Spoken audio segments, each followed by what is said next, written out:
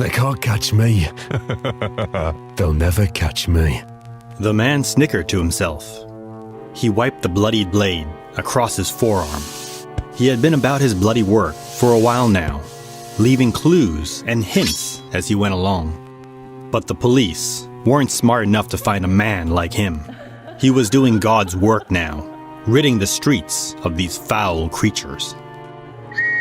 He heard a whistle in the distance. What? Too soon? He angrily packed away his instruments.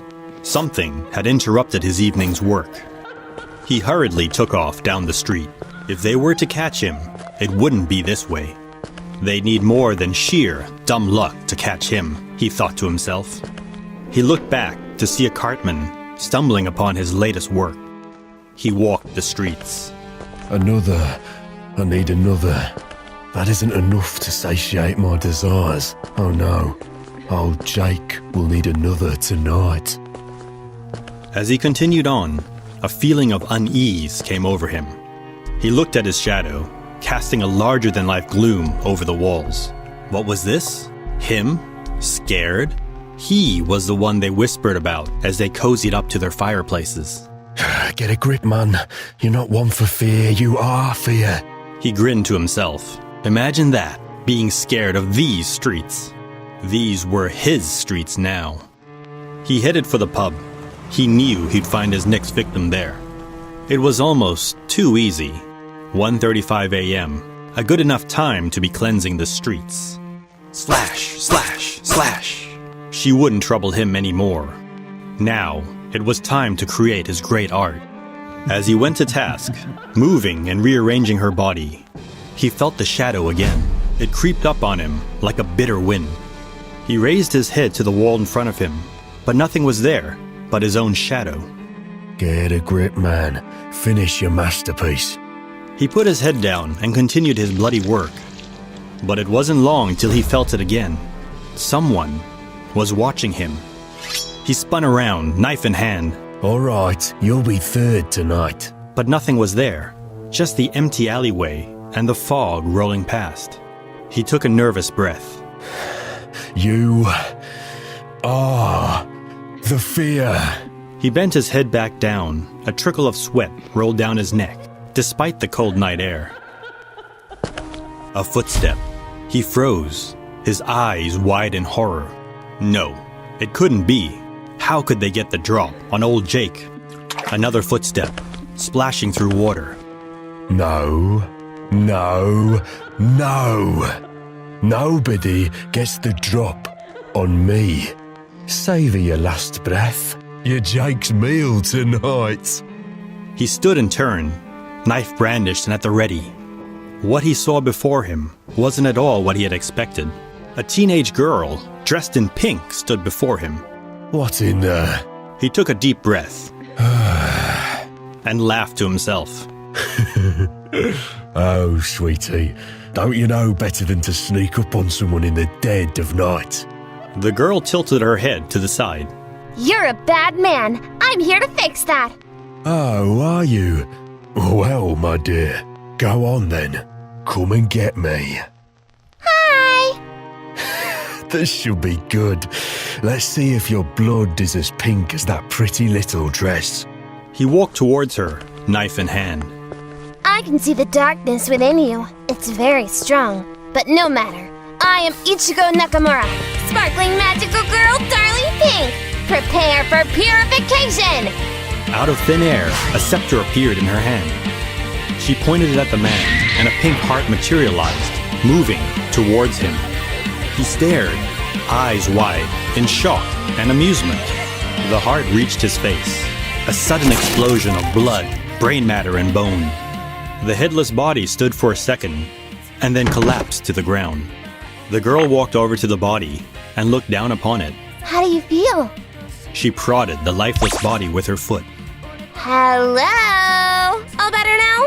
Still, so much darkness within. I think he needs more purification. She raised her scepter again. Stop! The voice came from behind. She looked back to see a man in a lab coat, surrounded by what looked like police or special forces. Who are you? My name is Klaus. I'm from a foundation. What do you want? I need you to stop and come with me. Why? We need to ask you some questions. She thought for a moment and then smiled. Okay. MTF Pi 1, take her in. Welcome back. Today I bring you SCP-5726, Sparkling Magical Girl Darling Pink. Don't forget to subscribe. Chen walked into the lab. He saw Klaus in front of his computer, making some odd gestures. What exactly are you doing? Oh, didn't see you there. Just practicing my gestures. Just stop that. Got it. How's the girl? She's fine. You want to talk to her? Yep, go ahead. I'll be right along. As Chen walked out, he called back over his shoulder. You should work on your uwu too, while you're at it. My what? Good afternoon, Ichigo. How are we today? Hello. I'm fine, thanks. You? I'm good. How's Agent Chen been treating you? Oh, he's very nice. Very funny. Funny. Chen, this Agent Chen. Just because you don't understand my level of humor doesn't mean other people don't. Right.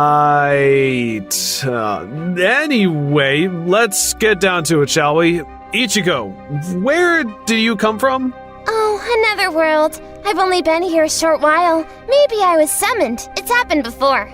Interesting. And why did you kill that man? Kill? I didn't kill. I purified him. You blew his head off? Don't worry about that. He's fine. He's not. You blew off his head. He'll be back. No, he won't. You blew his head off. Totally normal. He'll be back soon. I took the darkness out of him. Klaus looked at Chen. Could you give us a moment, please? Sure. Klaus took Chen to a corner. That man, did he, come back? You mean the guy in the street? Yeah. The one with the knife? Uh-huh. The one who was killing people? That's the one. The one with no head? Yes. So, you're asking me if the guy in the street with a knife who kills people and has no head came back? That's right. He has no head.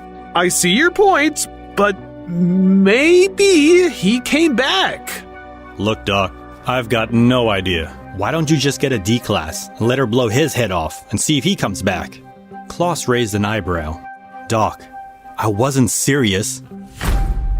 Now, Ichigo, do you sense darkness in it? Oh, yes. Lots of darkness. But my pretty purity heart bubbles can fix that.